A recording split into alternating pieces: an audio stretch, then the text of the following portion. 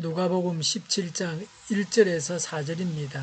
예수께서 제자들에게 말씀하셨다. 걸려 넘어지게 하는 일들이 생기지 않을 수는 없지만 그러한 일들을 일으키는 사람은 화가 있다.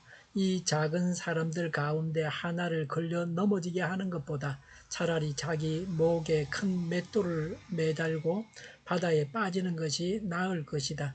너희는 스스로 조심하여라. 믿음의 형제가 죄를 짓거든 꾸짖고 회개하거든 용서하여 주어라. 그가 내게 하루에 7번 죄를 짓고 7번 내게 돌아와서 회개하오 하면 너는 용서해 주어야 한다. 아멘. 1절에 예수께서 제자들에게 말씀하셨다. 걸려 넘어지게 하는 일들이 생기지 않을 수는 없지만 그랬습니다. 간주에 걸려 넘어지게 하는을 죄짓게 하는 이라고 했습니다. 걸려 넘어지게 하는 것은 죄짓게 하는 것입니다. 사람은 죄를 짓게 마련입니다. 그런데 남으로 하여금 죄를 짓게 하는 것은 더 악한 일입니다. 죄짓게 하는 일이 없을 수는 없다는 것은 죄짓게 하는 것을 합리화시키는 말이 아닙니다. 그러니 죄짓게 하지 않도록 힘쓰라는 것입니다. 남으로 하여금 죄를 짓게 하는 일이 무엇입니까? 남에게 술을 자꾸 권해서 술을 마시게 하고 그래서 범죄하게 하는 것입니다. 어떤 사람은 술을 마시면 정상생활을 못합니다. 그런 사람이 결심을 하고 술 마시지 않는데 자꾸 술을 권해서 다시 술에 빠지게 만드는 것이 죄짓게 하는 것입니다. 교회 다니는 사람들을 모아서 함께 술을 마십니다. 이것도 교회의 분위기를 흐리게 합니다. 교회 다니는 새신자를 잘못된 길로 인도하는 것입니다. 성도들끼리는 절대로 같이 술을 마셔서는 안 됩니다. 정술을 마시고 싶으면 혼자 먹는 게 성도들을 모아서 먹는 것보다는 낫습니다. 물론 자신도 금주를 하는 것이 최선입니다. 다른 사람이 죄짓게 하는 많은 일들이 있습니다. 악담을 하거나 험담을 하거나 모의를 하거나 여러 가지 있을 수 있습니다. 그런 남으로 하여금 죄를 짓게 하는 그런 일들을 해서는 안 됩니다. 1절에 그러한 일들을 일으키는 사람은 화가 있다고 말씀하십니다. 누구나 죄를 지으니 죄를 지어도 괜찮다고 생각하기 쉽습니다. 남이 죄를 짓게 해서는 안 됩니다. 남으로 하여금 죄를 짓게 하는 자에게는 화가 있습니다. 화가 있다는 말은 극한 슬픔을 나타내는 탄식의 말입니다. 냉엄한 심판의 선언으로 쓰이고 있습니다. 영원한 형벌에 무서운 저주를 암시합니다. 남으로 하여금 죄를 짓게 하는 것이 얼마나 심각합니까? 이제 이 작은 사람들 가운데 하나를 걸려 넘어지게 하는 것보다라고 했습니다. 그까짓 인간은 아무렇게나 대해도 된다고 생각하기 쉽습니다. 그렇지 않습니다. 보잘것없는 사람이라 하더라도 죄짓게 하는 일은 보통 일이 아니라고 하는 것입니다. 작은 자는 예수님의 말씀을 듣고 있었던 믿음이 연약한 새신자를 말합니다. 2절에 차라리 자기 목에 큰 맷돌을 매달고 바다에 빠지는 것이 나을 것이다 라고 했습니다. 맷돌은 곡식을 가루로 만드는 기구입니다. 큰 맷돌은 사람의 손으로 돌리는 작은 맷돌이 아닙니다. 나귀가 돌리는 매우 큰 맷돌입니다. 맷돌을 목에 메어서 수장하는 것은 고대 로마와 시리아와 그리스의 사형제도 중에 하나입니다. 공공질서를 파괴한 극악한 자에게 이런 형벌이 내려졌습니다. 사형당하는 자는 손발이 묶이고 자기 몸무게 정도의 맷돌에 매달린 채 물속에 던져집니다. 바다는 기품을 뜻합니다. 바다에 던져졌다는 것은 고기밥이 되어서 시체도 찾지 못하게 된다는 겁니다. 작은 자를 목에 죄에 빠지게 하는 죄가 얼마나 크고 엄청난 것인가를 보여줍니다. 연자 맷돌을 목에 메고 죽는 것을 상상해 보십시오. 죽어도 아주 비참하게 죽는 것입니다. 남으로 하여금 죄를 짓게 만드는 일은 사형에 해당하는 심각한 죄악입니다. 믿음이 적은 자를 절대로 죄짓게 하지 말아야 합니다.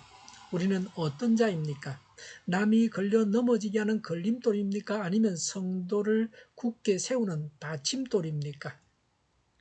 구체적으로 어떻게 해야 합니까? 3절에 너희는 스스로 조심하여라고 했습니다. 남으로 하여금 죄를 짓게 하지 않도록 조심해야 합니다. 남을 잘 용서해야 합니다. 3절에 믿음의 형제가 죄를 짓거든 꾸짖고 그랬습니다. 반복해서 죄를 짓는 사람이 있으면 꾸짖고 경고하여 죄를 짓지 못하게 해야 합니다. 정죄하거나 심판하라는 말이 아닙니다. 상대가 죄를 깨닫게 해서 잘못을 시정하게 하라고 합니다. 조지 허버트는 다른 사람을 용서할 수 없는 사람은 자신이 천국에 갈 때 건너가야 할 다리를 부수는 사람이다. 어느 누구나 용서받을 필요가 있기 때문이다 라고 했습니다. 3절에 회개하거든 용서하여 주어라고 했습니다.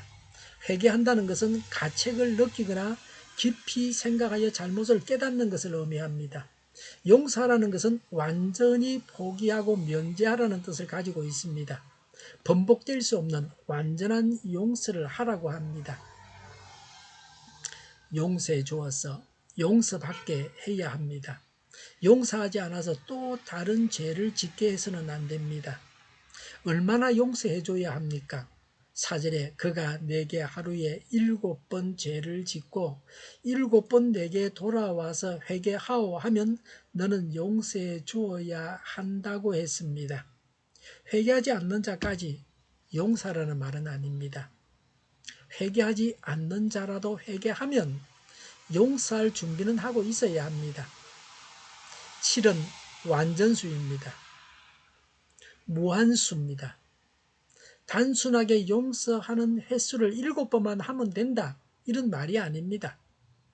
무한히 용서해야 된다. 끝없이 용서해야 된다. 하는 말씀입니다. 완전하고 무한한 용서입니다. 100번이든 1000번이든 10,000번이든 그 이상이든 회개하고 용서를 빌면 용서해 줘야 된다는 겁니다. 유대인들은 그 당시에 3번 용서하는 것이 최대한의 용서하는 것이라고 했습니다. 사실은 우리는 3번도 용서하기 힘듭니다. 특히 아이들에게 아주 가혹하게 하는 그런 어른도 많습니다. 자기도 못하면서 아이에게 막 강요합니다. 자기는 공부도 못했으면서 아이는 공부 못한다고 지혜받고 두들기 패고 그럽니다. 그건 죄악입니다. 예수님은 그 수준을 넘어서서 무한대 용서를 말씀하셨습니다. 또 친히 그것을 수모와 고통과 죽음을 맛보시면서 철저히 모범을 보이셨습니다. 회개하는 자에 한해서는 한없이 용서해야 합니다. 남을 죄짓게 해서는 안 됩니다. 회개하는 사람의 죄를 용서해야 합니다. 기도하겠습니다. 남을 죄짓게 하지 않게 하옵소서.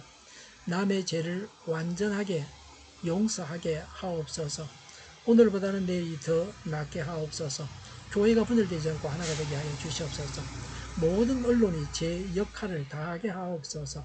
정의가 강목처럼 흘러가게 하여 주시옵소서. 하나님을 대적하는 법을 만들지 않게 하시며 이스라엘 법을 폐기하지 않게 하옵소서. 코로나19가 물러가고 전 세계적으로 백신을 신속하게 대량 생산해서 충분히 공급하고 치료제가 나오고 같이 생활이 끝나게 하여 주시옵소서. 수도권과 부산과 영도의 환자 폭증을 막아 주시옵소서. 부정선거가 없게 하여 주시옵소서.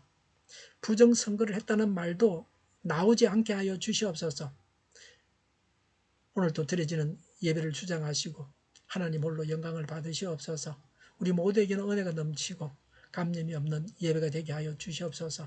우리 동일교회가 만군을 집하게 하여 주시옵소서.